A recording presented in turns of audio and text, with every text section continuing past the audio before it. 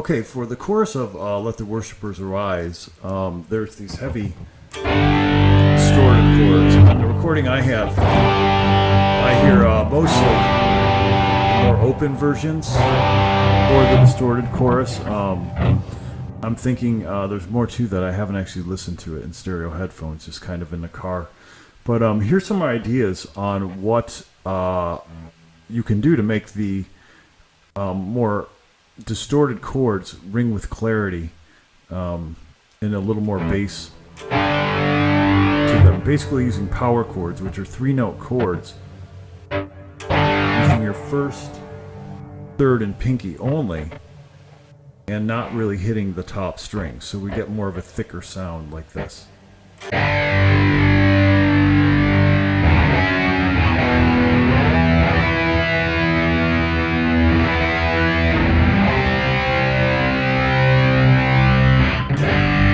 Now basically the one on the 3rd fret, the way you do these, you're going to use your first finger on the 6th string, the 3rd finger on the 5th string, and your pinky on the 4th string. And you're just going to play only those 3 notes. If you look to the lower right, as I strum,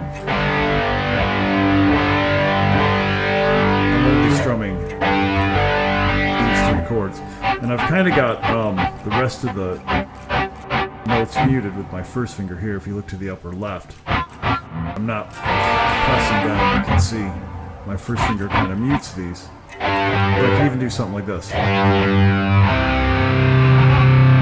these are muted, so I have. And basically the 3rd fret one is a G. Let the worshippers arise. You can just kind of feel out a rhythm, do whatever you want there. Sons and the daughters sing. And an E minor here, it's like half of an E minor chord. I just use my first finger, barring the 5th string and 4th string. And again, I don't hit any of these strings. I kind of mute them too, just in case I do. On your heel of your hand over here, lower left. We go to what is next? C, I believe. Yeah. Lucky guess. Which is basically the same configuration. So I hear the G, except we move it all over to first finger on 5th string, 3rd on 4th string, and pinky on 4th string. So basically you're looking at a configuration. If you look over on these 2 fingers, you're always going to be 2 frets apart. You see how I'm kind of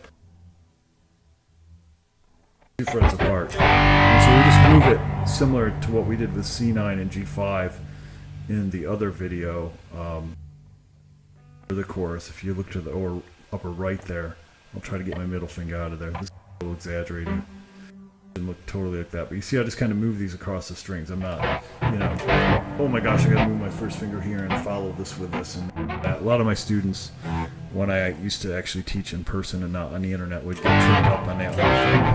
They'd be like trying to put their finger here and there, and I did that too when I was like first learning, when I was like 12 or 13. What a mess. But we lived through it. So anyway, that's how you would put some nice heavier chords into the chorus of "Let the Worshippers Arise." And so I'm going to include each one of these videos as a piece, so you don't have to shuffle through them all.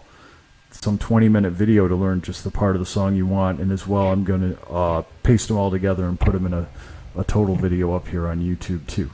Hope you enjoyed the lesson, and have a good afternoon.